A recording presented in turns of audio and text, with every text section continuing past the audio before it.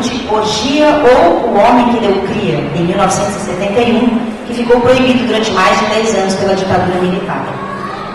Nos últimos 27 anos tem se destacado como coordenador de concorridas oficinas de criação literária realizadas em diferentes instituições do Brasil e pela internet também, pelas quais já passaram mais de uma geração de novos escritores. Realiza oficinas de roteiro cinematográfico também.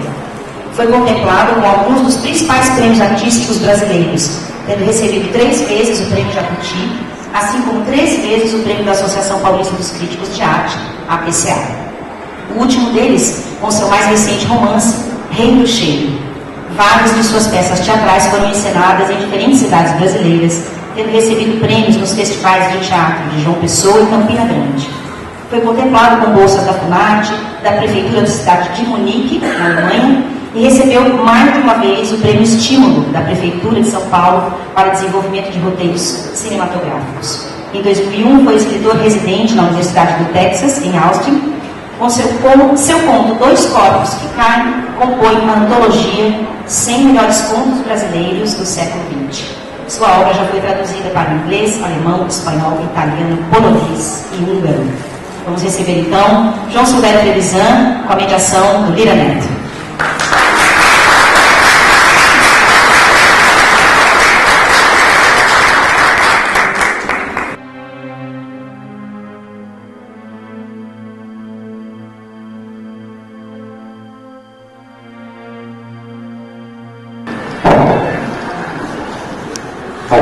Boa tarde, quase noite. É um prazer enorme que, ao mesmo tempo que trabalhasse os signos do Nordeste, da cearensidade, pudesse ser um livro de vanguarda, de uma linguagem absolutamente revolucionária, né, que nos encantou a todos, nos impactou e ao mesmo tempo que nos encantou, nos inquietou, né, nos incomodou. É um livro profundamente incômodo. O Gilmar pediu para que eu não o chamasse aqui para cima. Gilmar, com a sua generosidade, né, disse: não quero ficar aí e tal, mas eu tenho certeza que daqui para o final a gente...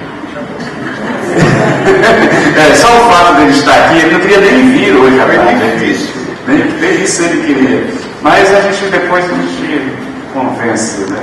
Eu vou passar a palavra para o João, que vai fazer uma fala sobre a importância do Parabellum, mas antes eu queria dizer uma coisa que eu tenho dito em todas as mesas que eu venho mediando, é que essa Bienal é como a gente tem dito entre nós, é um ato de resistência, né? No momento em que a gente vive dias tão turbulentos, né? Dias tão estranhos, tão tormentosos, em que a gente parece ver uma série de questões sendo desconstruídas aos nossos olhos, uma série de conquistas que pareciam absolutamente inegociáveis, incontornáveis. A Bienal surge como um alento, e um amigo meu, Chiquinho Gadelha, fotógrafo, chegou e disse: Mira, olhando para a Bienal, João, disse assim: seria tão bom que tivesse mais disso no mundo, né? Ou seja, esses encontros. E aqui nessa Bienal a gente tem essa proposta de recuperar nossa capacidade para o diálogo, né? Hoje o diálogo é o que a gente menos tem visto acontecer, né? Nessa era de linchamentos sumários, de vazamentos seletivos, de informações absolutamente manipuladas e tudo mais. A gente está aqui para conversar e para ouvir o outro. Outra coisa que a gente acha que está em falta no mundo contemporâneo, a capacidade de ouvir, a capacidade da escuta. Mas, e ao mesmo tempo, só para terminar, dessa possibilidade de semear de volta o diálogo, essa Bienal aposta e investe no diálogo intenso, né, e efetivo entre os saberes do livro, entre os saberes do mundo da palavra escrita, com as oralidades, né, com a cultura popular. Os saberes populares estão aqui conversando e dialogando a todo momento nessa Bienal, de igual para igual, com o saber dos livros. Então, é isso. Eu queria que agora, João, eu vou ser um ouvinte aqui, já que eu estava falando de escuta, eu vou silenciar e vou deixar que você assuma aí o comando, a palavra é toda sua.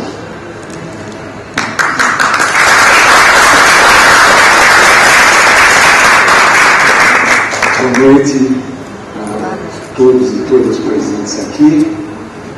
Eu estou muito feliz de ter voltado a Fortaleza. Tenho algumas lembranças lindas que começam com Zé de Alencar, na minha infância, quando eu ia comprar os livros, então conheço Iracema Alencar. E venho até Alberto Nepomuceno, que é personagem dos meus romances em Veneza.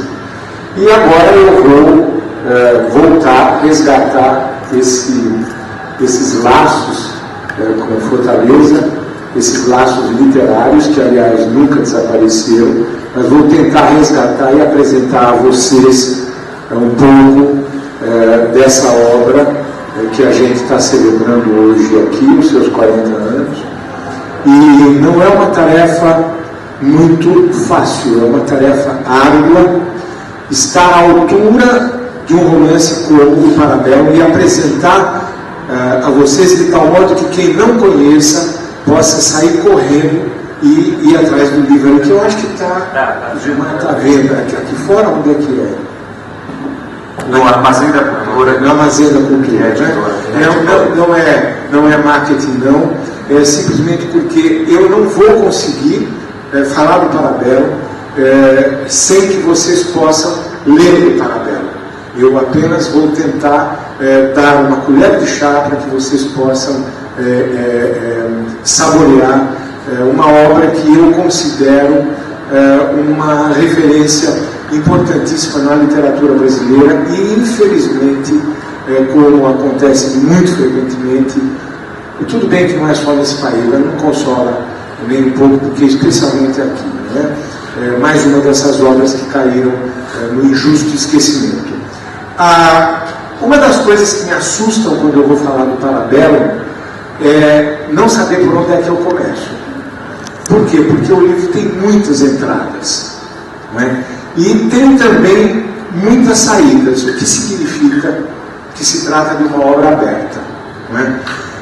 E com isso eu quero dizer que a obra aberta é, num sentido lato, aquela obra que está aberta a novos horizontes através da ficção e do imaginário, né? Isso no sentido lato. E no sentido estrito, a obra aberta permite sempre várias leituras, né? Porque ela aponta para perspectivas num diálogo direto com os seus leitores e leitoras, sem fechar as portas. Daí porque Parabellum é exatamente uma obra aberta no sentido de ser um romance de absoluta invenção, não é? Absoluta invenção literária. E aqui eu entro num conceito que eu tive, talvez a intuição, mas também o atrevimento de criar no meu Romanciano em Veneza, que é a ideia do estandarte rubro da poesia, não é? É um estandarte rubro, porque é um estandarte cheio de dor e de sangue. A poesia ela não está na corrente, ela está sempre na contramão, na contracorrenteza, e existem seres frequentemente anônimos que carregam esse estandarte, passam de mão em mão e de século em século.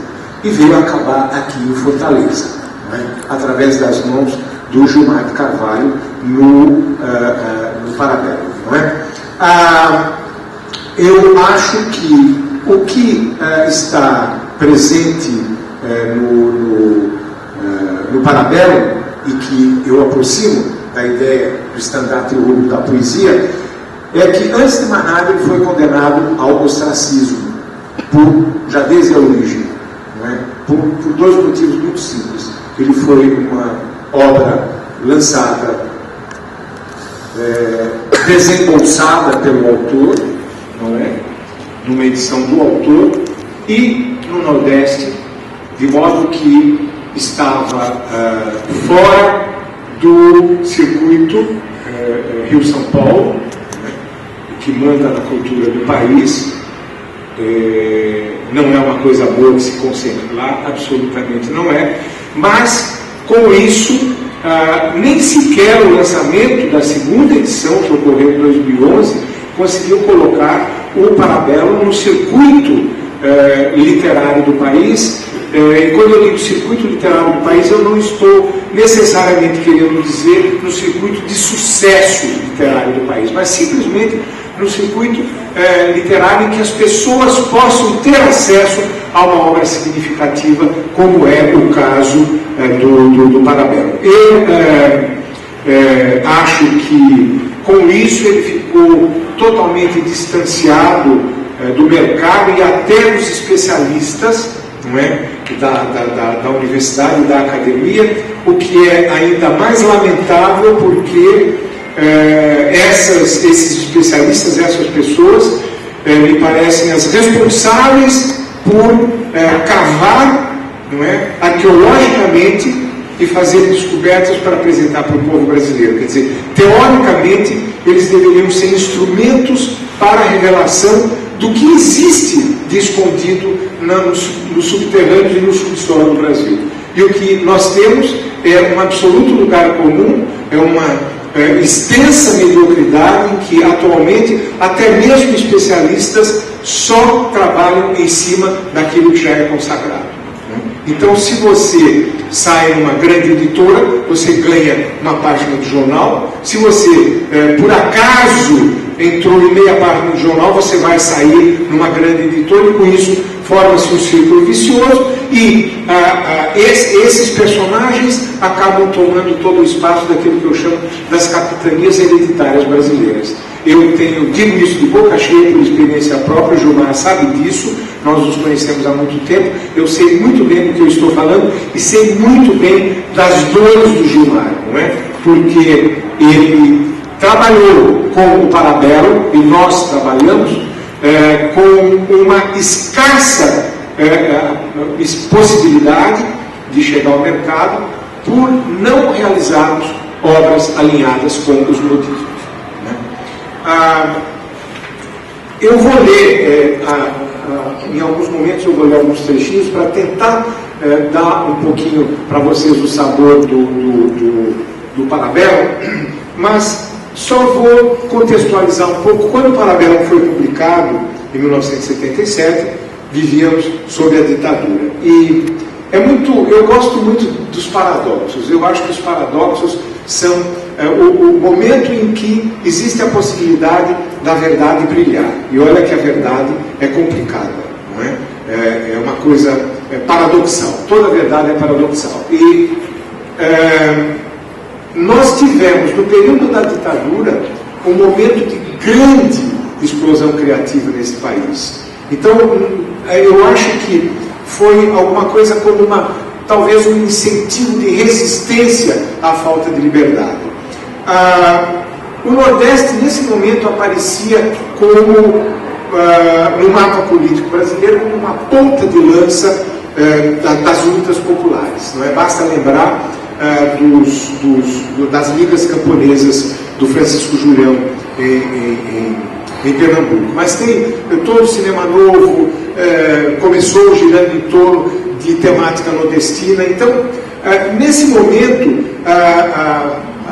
o Nordeste entrou muito em cena, inclusive com a sua música, com a sua culinária e com a sua literatura, apesar de já ter uma extensa tradição de literatura regionalista. E esse é o ponto da tal literatura regionalista que eu quero mencionar depois, e que tem muito a ver com as questões levantadas pelo Parabellum. O que aconteceu é que toda essa efervescência em torno do Nordeste me parece que criou uma série de estereótipos em torno da nordestinidade, desse continente nordestino, não é? Isso me incomoda muito, porque trata-se de sempre uma definição muito estrita do que é e do que não é, e acaba não havendo os importantíssimos meios termos que são, na verdade, aquilo em que comparece o paradoxo. E o Nordeste é farto em paradoxos, de modo que não dá para falar só do ser e não ser nordestino.